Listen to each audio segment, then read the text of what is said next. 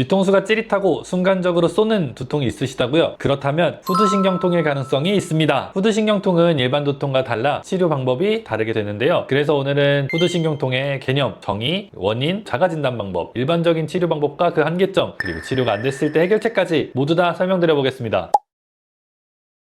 후두신경통을 치료하려면 통증만 보는 것이 아니라 그 시작점부터 살펴봐야 됩니다. 뒤통수가 짜릿한 건 단순 두통인가요? 아니면 신경통인가요? 뒤통수 찌릿함은 신경통입니다. 뒤통수가 찌릿하게 아프거나 아니면 전기가 통하듯이 아프고 갑자기 쏘는 듯하게 증상이 생기는 것은 말초신경이 과민해지면서 나타나는 패턴입니다. 그럼 귀 뒤쪽이나 정수리까지 아픈데 이것도 같은 원인인가요? 네, 후두신경은 경추 2번, 3번에서부터 시작해서 귀 뒤쪽이나 뒤통수의 감각을 담당하게 되는데요. 마찬가지로 찌릿한 통증이 있다면 신경통입니다. 뇌졸중 전조 증상과는 어떻게 다른가요? 두통이 있으면 뇌졸중을 의심할 수가 있는데 많은 분들이 걱정을 하세요. 후두신경통은 통증 위주의 증상이라고 하면 뇌졸중은 기능의 저하, 기능의 손실이 주된 증상이에요. 예를 들어서 통증만 있다라고 하면 후두신경통의 가능성이 더 높고, 뇌졸중이다라고 하면 말이 어눌해진다든지 아니면 한쪽 팔다리에 힘이 빠져가지고 제대로 걷지 못한다든지 뭐 이런 신경학적 증상들이 먼저 동반이 되거든요. 그래서 이런 차이점이 있으니까 아프다기보다는 몸이 이상해지는 게 포인트입니다. 집에서 쉽게 알 수 있는 1분 자가진단법으로는 우리가 후두신경통의 경우에는 신경이 과민해진 거기 때문에 머리카락만 스쳐도 되게 기분 나쁘게 아픈 증상이 있다, 아니면 바람만 불어도 머리가 스치면서 쓰라리고 아프다, 이렇다면은 후두신경통의 가능성이 높습니다.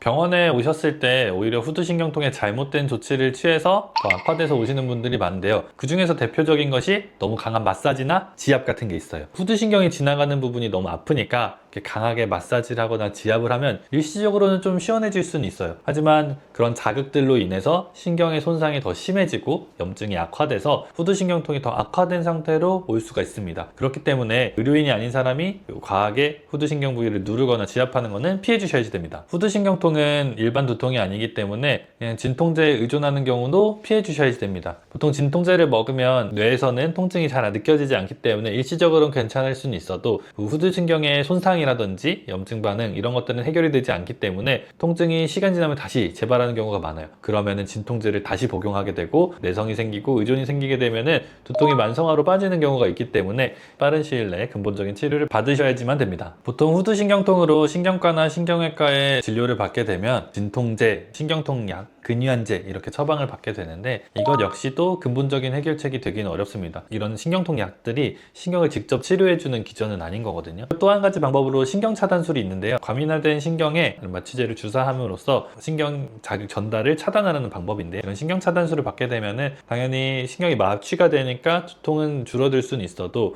시간이 지나서 마취가 풀리게 되면은 다시 두통은 올라올 수밖에 없어요. 신경차단술만으로도 치료가 완전히 되시는 분들도 계시지만, 했는데도 내가 그때는 괜찮았다, 시간이 지나면 다시 아프다, 이런 분들은 근본적인 원인이 해결되지 않았다는 뜻입니다. 또 신경감압술, 후두신경감압술 수술을 고려하시는 분들도 계시는데요. 실제로 후두신경감압술을 받고 나서도 두통이 여전히 남아있는 분들이 꽤 많이 있어요. 그 이유는 뭐냐면은 후두신경을 감압술을 하는 그 포인트가 있어요. 경추 2번, 3번에서부터 나와서 정수리나 아니면 뒤통수까지 가는 이 길 경로인데, 항상 문제가 그 수술하는 포인트에서만 생기지는 않거든요. 모든 경로에서 다 문제가 생길 수가 있는데 이거를 다 수술해서 뜯을 수는 없는 거고, 그런 경우에는 이 한계점이 있을 수밖에 없습니다. 그래서 후두신경통 때문에 오래 고생하시는 분들이 이런 상황에 빠지게 되는 거예요. 근본적인 원인을 해결하지 않으면 재발할 수밖에 없습니다. 결국 왜 생겼는지까지는 생각하지 않고 통증 줄이기만 중심이다 보니 한계가 있는 거예요.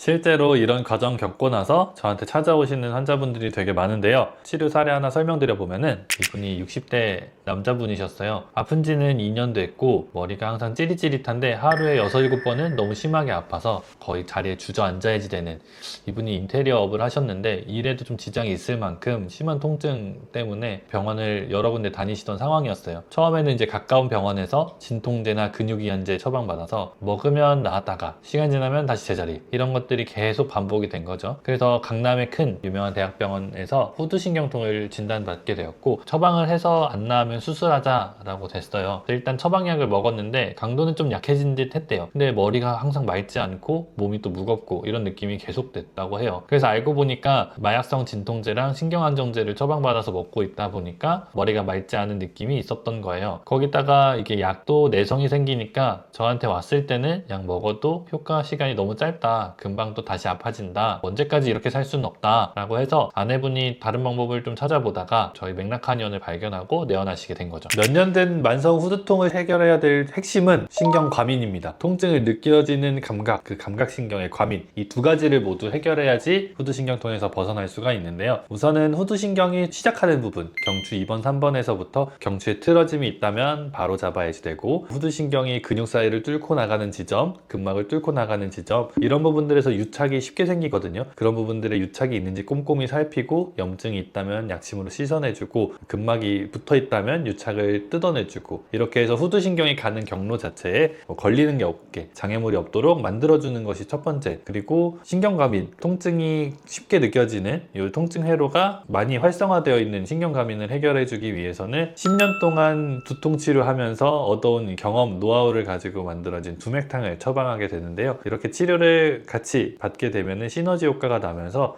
통증이 점점점 줄어들고 진통제에서 의존하던 삶에서도 벗어날 수가 있습니다. 실제로 이 환자분 같은 경우에는 초반에는 일주일에 2-3번 정도 이렇게 잘 내원을 해주시고 두맥탕 처방도 받아서 잘 복용을 해주시면서, 약은 우리가 천천히 신경안정제나 마약성 진통제는 금단 현상이 있을 수 있으니까 천천히 줄이는 테이퍼링을 해보자 라고 해서 접근을 했는데요. 이분은 좀 상남자 스타일이셨어요. 본인이 이제 통증이 많이 괜찮아지는 걸 느끼니까 이제 마약성 진통제나 신경안정제 이런 거 그만 먹고 싶다, 그냥 바로 안 먹어버리고 치료 잘 받으시면서 금단 현상도 크게 없이 잘 넘어가셨고, 그 덕분에 머리가 항상 맑지 못하고 무거웠던 느낌도 괜찮아지고, 하루에 6-7번씩 계속 통증을 유발하던 후두신경통도 괜찮아지고, 그래서 지금은 완전히 치료 종결을 해서 인테리어 일도 다시 일 열심히 잘 하시고 운전도 편하게 하시고 건강한 일상생활로 돌아가셨는데, 무엇보다 두통 때문에 내가 진통제를 가지고 다녀야지 되나, 언제 또 두통이 찾아올지 모르는 그 두려움이나 이런 것들에서 벗어났다는 게 이분은 가장 만족하셨다고 해요.